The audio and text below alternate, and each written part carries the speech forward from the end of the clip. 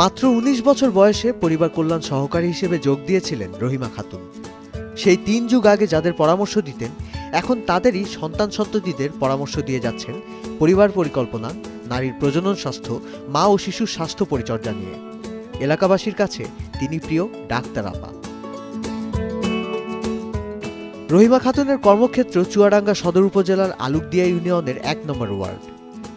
১৯৮৮ সালে তিনি যখন কাজে যোগ দেন, তার ওয়ার্ডে মাত্র ১৫ থেকে ১৬% দম্পতি জন্ম নিয়ন্ত্রণ পদ্ধতির আওতায় ছিলেন। গড়ে ৫ থেকে ৬ সন্তানের মা হতেন এক একজন নারী। আর বর্তমানে সেখানকার ১২০০র বেশি দম্পতির ৯০%ই জন্ম নিয়ন্ত্রণ পদ্ধতি ব্যবহার করে। ১ বা ২টির বেশি বাচ্চা নেন না কেউই। সবই হয়েছে রহিমার নিরলস পরিশ্রমের ফলে। আমি যখন চাকরিতে শুরু করি তখন ওদের বাচ্চা ছিল ৫টা ৬টা। এখন আমার বর্তমানে প্রত্যেকটা দম্পতির ১টা ২টা, খুব কম ৩টা বাচ্চা আছে। এখন আমার এলাকা খুব হইল মোটিভেশন ভালো। আমার বিয়ে হয়েছে ২৪ বছর। আমার শাশুড়ি ৫টা ছেলে 1টা মেয়ে, আমার মাত্র 1টা ছেলে। পরিবার পরিকল্পনা মামার কাছ থেকে পরামর্শ নেওয়া হয়, উনি সব কিছুই দেখাশোনা করে। আমাদের কোনো রোগ বাগ হলে পারে উনি ডাক্তারের সাথে পরামর্শ করি, আমাদের ডাক্তার কাছে নিয়ে যাই, বিনা চিকিৎসায় ডাক্তারের চিকিৎসা দেন। উনি হচ্ছে গর্ভবতীদের সাথে করে নিয়ে যায়, নিয়ে আসে, ভালোই দেখাশোনা করে, খোঁজ খবর রাখে। এলাকার নারীদের নিয়ে নিয়মিত উঠান বৈঠক করেন রহিমা।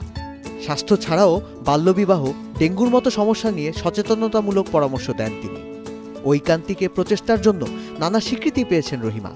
জেলা ও উপজেলা পর্যায়ে হয়েছেন সেরা স্বাস্থ্যকর্মী। উপজেলা থেকে 3 বার এবং জেলা পর্যায়ে শ্রেষ্ঠ কর্মী হিসেবে পুরস্কৃত হয়েছে।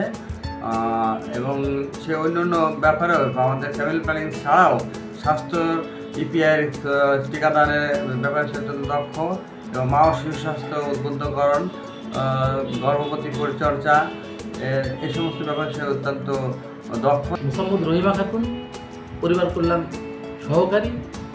উনি ৩৬ বছর ধরে আমার ইউনিয়নে সুনামের সাথে দায়িত্ব পালন করে যাচ্ছে।